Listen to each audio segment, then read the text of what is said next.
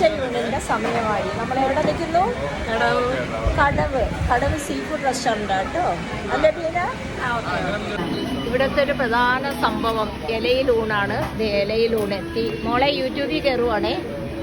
ഞങ്ങൾ ചട്ടിച്ചോറാണ് പറഞ്ഞിരിക്കുന്നത്. അതുകൂടെ വരാനിരുന്ന രക്ഷയില്ല കേട്ടോ. അതേ ചോറ് വന്നു അവർ കഴിക്കാൻ തുടങ്ങി.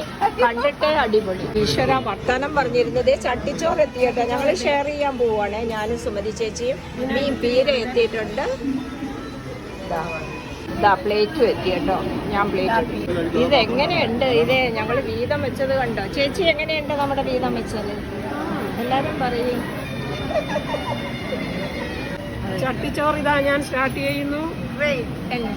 Let me see whether it is tasty or not. Okay.